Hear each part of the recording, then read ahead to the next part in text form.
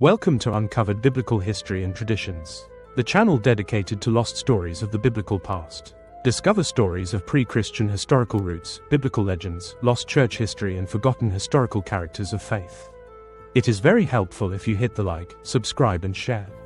Help build my channel, and let's take a look together into these uncovered forgotten tales.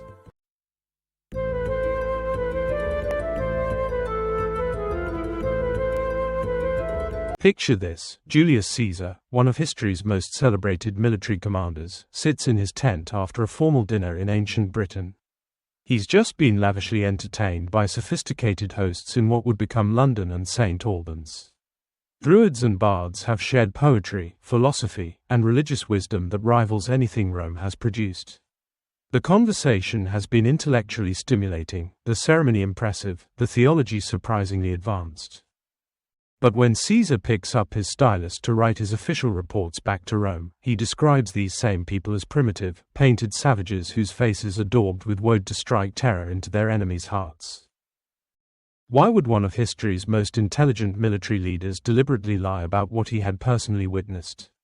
The answer reveals one of the most fascinating cover-ups in ancient history, and unlocks a revolutionary understanding of how Christianity spread across the world. Caesar's deception wasn't accidental, it was calculated political propaganda designed for Roman consumption. His writings about British barbarians served a crucial purpose: they justified Roman expansion while making his eventual conquests appear more heroic. After all, which sounds more impressive to Roman citizens, defeating a sophisticated civilization with advanced theology and organized religious practices, or conquering painted savages? This wasn't just a minor mischaracterization. Caesar was describing a monotheistic religious system that had existed for nearly 1500 years before Rome was even founded. To understand just how sophisticated Druidic spirituality actually was, consider this prayer that represents the pinnacle of their religious thought. Grant, O God, thy protection, and in protection, strength, and in strength, understanding, and in understanding, knowledge, and in knowledge, the knowledge of justice, and in the knowledge of justice, the love of it, and in that love, the love of all existences, and in the love of all existences, the love of God and all goodness. This isn't the primitive chanting of forest dwellers. This is a sophisticated theological progression that moves from basic human need for divine protection all the way to universal love encompassing all existence. Each step builds logically on the previous one, creating a spiritual ladder that culminates in the love of God Himself. While modern prayers often focus on personal requests, what some call the gimmies, this ancient Druidic prayer had transcended selfish petitions to reach for ultimate spiritual truth. The question becomes, where did these supposedly primitive people develop such advanced theological concepts?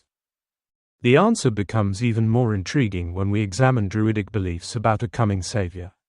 The longing for a Messiah appears to be one of humanity's most ancient spiritual intuitions, found across cultures as far back as historical records extend. But the Druids and Israelites were the two cultures that developed this concept into concrete religious doctrine. The parallels are striking. Hebrew tradition anticipated a Messiah who would redeem people from their sins, symbolized through practices like the scapegoat ritual and prophetic imagery of the branch. Druidic tradition expected the coming of a cure of all ill, symbolized by mistletoe growing on the sacred oak tree, the exact same imagery Hebrew prophets used for the branch.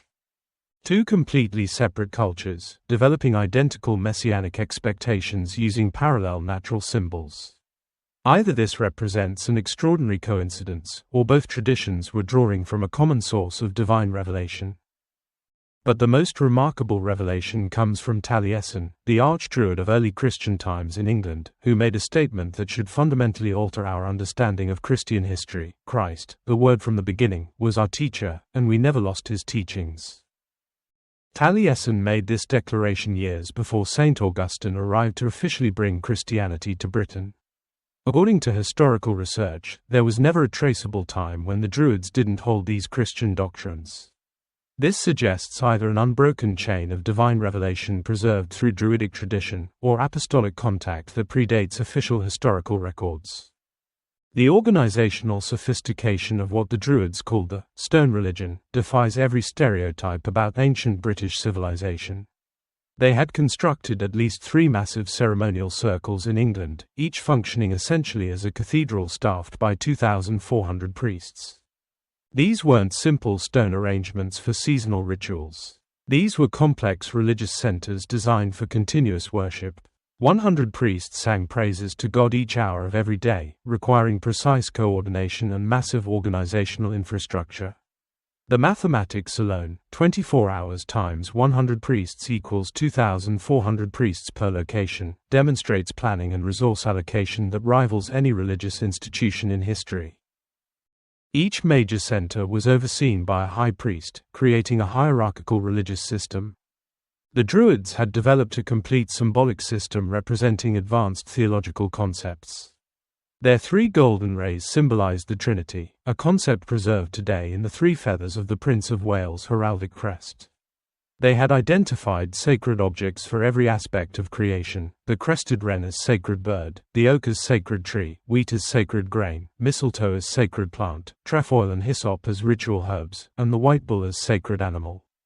This wasn't primitive nature worship, this was a systematized theology that integrated all aspects of creation into a coherent religious worldview.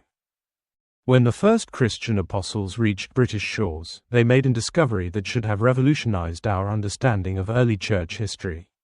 The thousands of Druids were already thoroughly acquainted with Christian doctrine, and the church was already organized in Britain and didn't come into conflict with Roman Christianity until Augustine's arrival brought competing interpretations.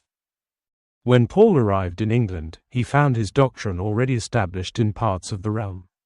Rather than starting from scratch, Paul adapted his teaching methods to the familiar Druidic format of the triad, expressing Christian truth in 3-part structures that resonated with existing thought patterns. Paul's triads, preserved in Druidic records, demonstrate this cultural adaptation. He taught that there are 3 sorts of men: the man of God who renders good for evil, the man of men who renders good for good and evil for evil, and the man of the devil who renders evil for good. He identified 3 kinds of men who delight God: the meek, lovers of peace, and lovers of mercy.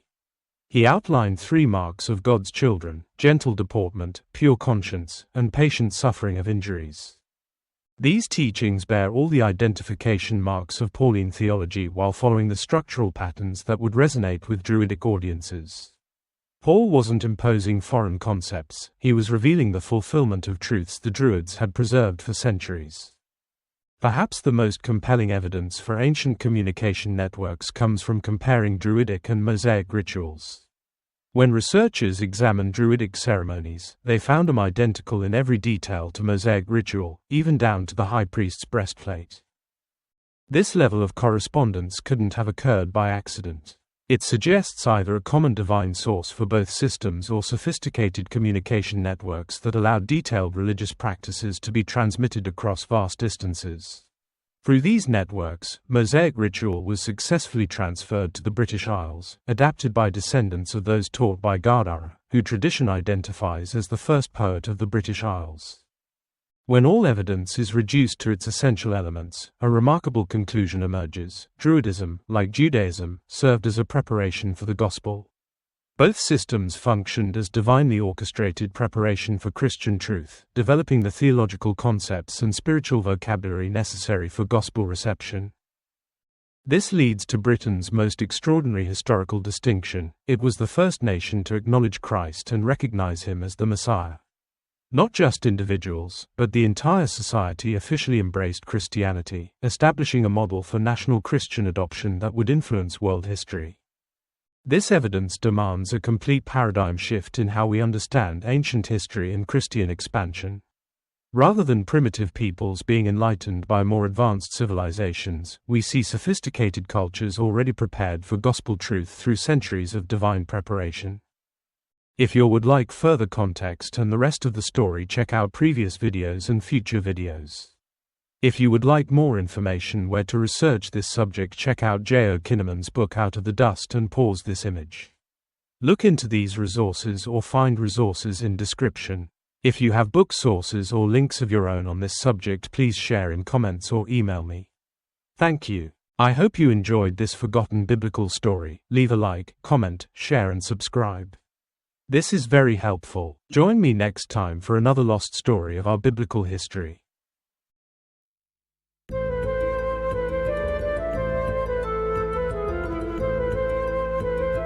Thanks for watching. If you enjoyed this video, don't forget to like, comment, share and subscribe for more great content. Hit the notification bell so you never miss an update. See you in the next video.